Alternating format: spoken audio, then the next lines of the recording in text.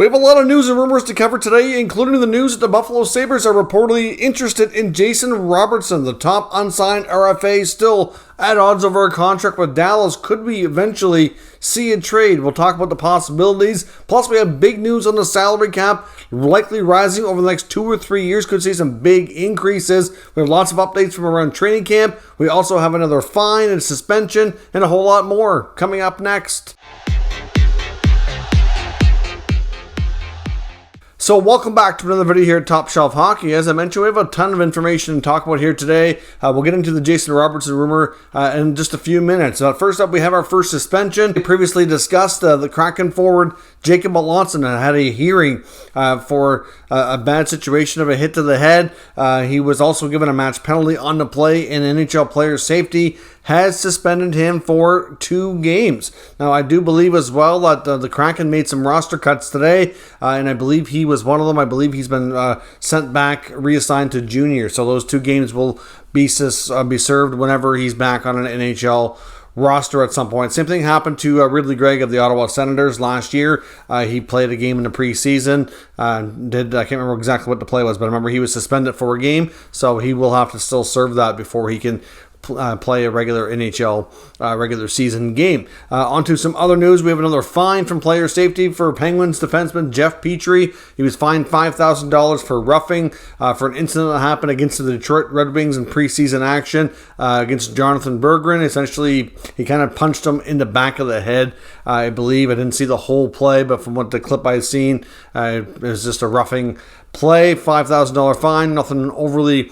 serious there. We do have another prospect getting an ELC. The Anaheim Ducks today announced that they've come to terms with the prospect from the 2021 draft. That's Tyson Hines. Gets his 3-year ELC. He was selected in the 3rd round in that season. Also another contract extension for an NHL player today. The Columbus Blue Jackets have announced that they've extended defenseman Andrew Peeke on a 3-year extension with an average annual value of $2.75 million. So that's obviously a pretty good deal, I think, for him. He did see a fair bit of time last year playing on the top pair with Zach Werenski. He can continue to play well and play with Werenski especially. That very well could be a really good contract for the Jackets moving forward. News out of Vancouver today as well. Apparently, Canucks owner Francesco Aquilini is being accused of some pretty serious stuff here. He's been accused of some child abuse, I guess, by his own children. I guess there was a hearing to determine whether he is still responsible for paying for his 3 youngest children's education. I know he and his wife are divorced. They have been since 2013. The matter is before a family court judge right now.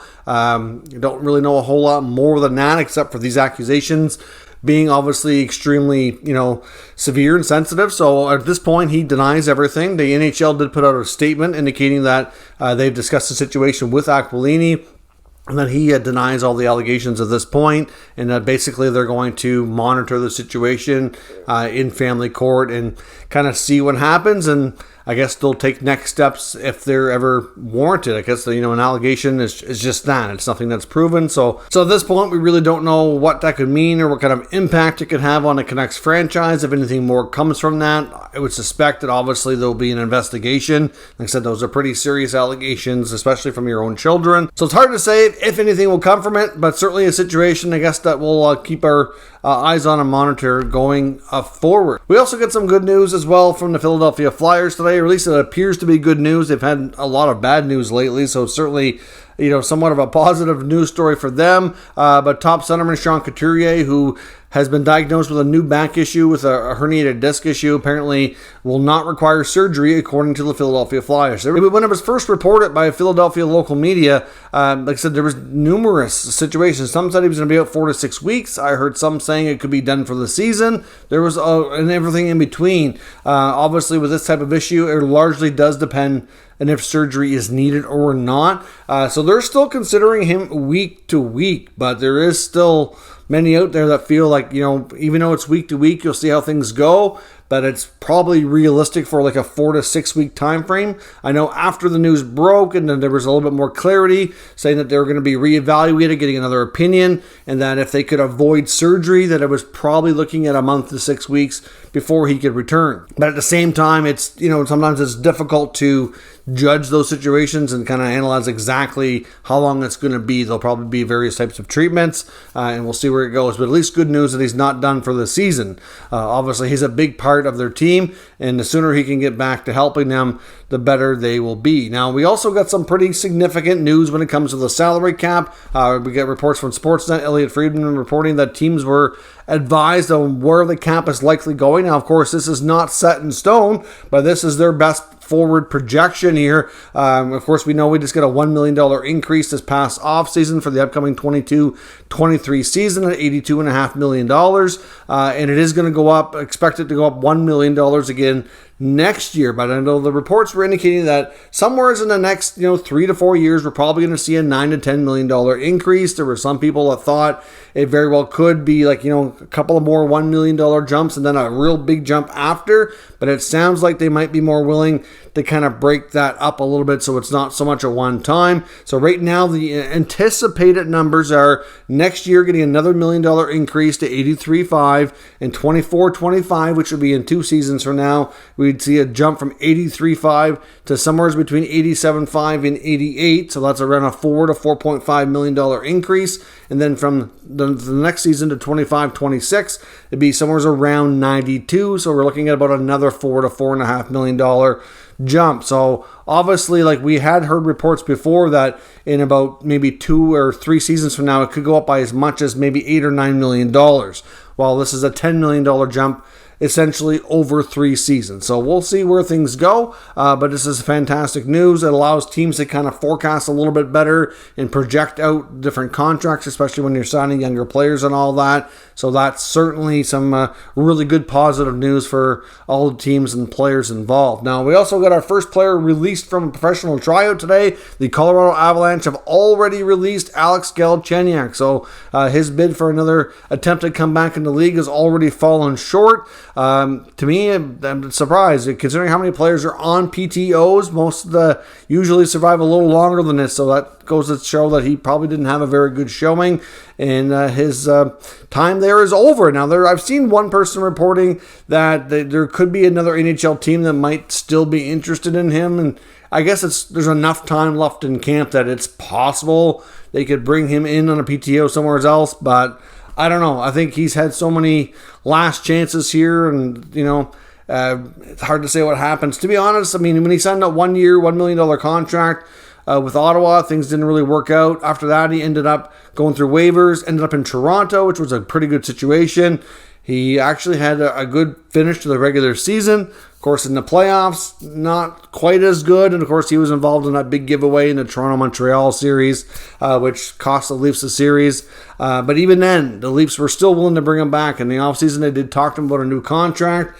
And instead of taking the Leaf offer, he probably got a little bit more money. I don't even remember the full details, but I know he ended up going to Arizona instead. And he's really just continued to bounce around. Now he's another PTO and probably out of the league. So not good for Alex Galchenyuk at all. He's still relatively young, but his game fell off a cliff relatively early in his career. And of course, we get reports today in Buffalo, which is very interesting, from the After the Whistle podcast, which is hosted by former NHL players. So they're very well connected. They have a lot of great, very reputable guests on there all the time, a lot of NHL insiders, but they both had their own inside scoop today. They both heard from different sources that the Buffalo Sabres have expressed interest in young RFA unsigned player in the Dallas Stars, Jason Robertson. Of course, Robertson's now a 40-goal guy in the league and is an up-and-coming superstar, and I can understand why most teams really would have interest in this guy. He remains unsigned in Dallas. What's the harm in poking around and trying to see if you can pry him away? Of course, the Buffalo Sabres, even though they're not at a spot where they're really, I don't think, really willing or able to make a huge jump in the standings, they have accumulated a lot of top young talent. I do think that we saw progress last year. I think we're going to see more progress this year. And, they're going to have Owen Power, the first overall pick, play his first full season, which is going to be good. They've got a good young blue line between him and Dahlin and Samuelson, Yokoharu. There's a lot of talented players there. They throw in the young group of players that are going to be up front. They've already got Peyton Krebs, Dylan Cousins, Jack Quinn, JJ Peterka, and there's more coming as well. There's plenty more. They have enough young assets that if they wanted to offer up, a good little package of some players there, it might intrigue Dallas, but I'd imagine the asking price would be phenomenal. If they were ever going to entertain trading Jason Robertson, I don't know. I mean, he's, like I said, he's just coming out of his entry-level contract, and he's already a 40-goal scorer. If he projects that the long term, this is going to be a pretty valuable asset to any hockey club. So I'm not really sure exactly what the price would be, but it's certainly quite interesting to hear that there's rumors now about teams kind of poking around, talking to Dallas. I mean, doesn't mean that the talks went very far. We can't say for sure. There's no rumor suggesting that Dallas wants to trade this guy. I would strongly suggest that it's not the case, that it's the opposite, that they really want to sign him. They just are having a hard time. They don't want to meet his contractual demands that he's making and what he wants in a contract right now. And until they can come to terms on that, it's going to be tough to get a deal done. That's for sure. Will they want to trade him? No. I mean, I guess they would only really get to that as if he at some point gives up on negotiations and demands it. I don't know. We don't know that that's going to happen either. So it's really early and it's really premature. I don't think Dallas Stars fans really need to stress or fret over this. Again, I would not be shocked or surprised if I found out that other teams had maybe kicked the tires a little bit and put a feeler out to Dallas saying, hey, you got Robertson there. He's unsigned. We'd probably meet his demands. What kind of package would you want for him? What's the harm? You just never know what's going to happen, right? If you don't ask, it's never going to happen. It's just that simple. So I don't blame Buffalo for reaching out and gauging their interest or anything like that. We don't know or don't have any reason to believe, based on what they said, that things were really serious or that an official offer has been made. Just that they're kind of interested in poking around and putting some feelers out there. So I imagine as time goes on here, with a player like Robertson and the quality of his play and what kind of asset he could be to an NHL club, I can just imagine that it's going to probably pick up in the rumor mill, and we're probably going to find out that more teams are making inquiries. There's not a lot of teams out there who could really afford to do an offer sheet based on cap space, and the money you would take would be big compensation. So I don't know I really see that happening either, but as time goes on, look at when we ran into the William Nylander situation in Toronto a few years back. The rumor mill was just crazy rampant, and probably part of that had to do with the fact that he's in such a hockey hotbed in Toronto. The market probably did play a role there, and obviously local media was talking about it constantly, and there was always, every time you turned around, different Nylander rumors floating out there. A combination of what do you want for a contract, or this team is calling, or maybe the Leafs should trade him. And it's just crazy. It'd be a little quieter probably in a place like Dallas, but still, Robertson's an extremely talented player. I have no doubt that there's some validity to the Sabres having interest, but at this point, that's probably all we can say. We don't have any firm sources or rumors to suggest that the Dallas Stars are seriously contemplating this. But if a team like Buffalo puts an interesting package with some of their young talent on the table, I have to think that they're at least our ears are going to perk up and listen. But we'll see if it goes any further than that, or they can actually get a contract signed, sealed, and delivered sooner than later, so he can get back on the ice doing what he does best. If that's all for today, thank you for watching. If you're new to the channel, of course, make sure you subscribe and stick around, and we'll keep you up to date with all the latest news, rumors, and analysis from all 32 teams. Thank you for watching, and I'll catch you next time.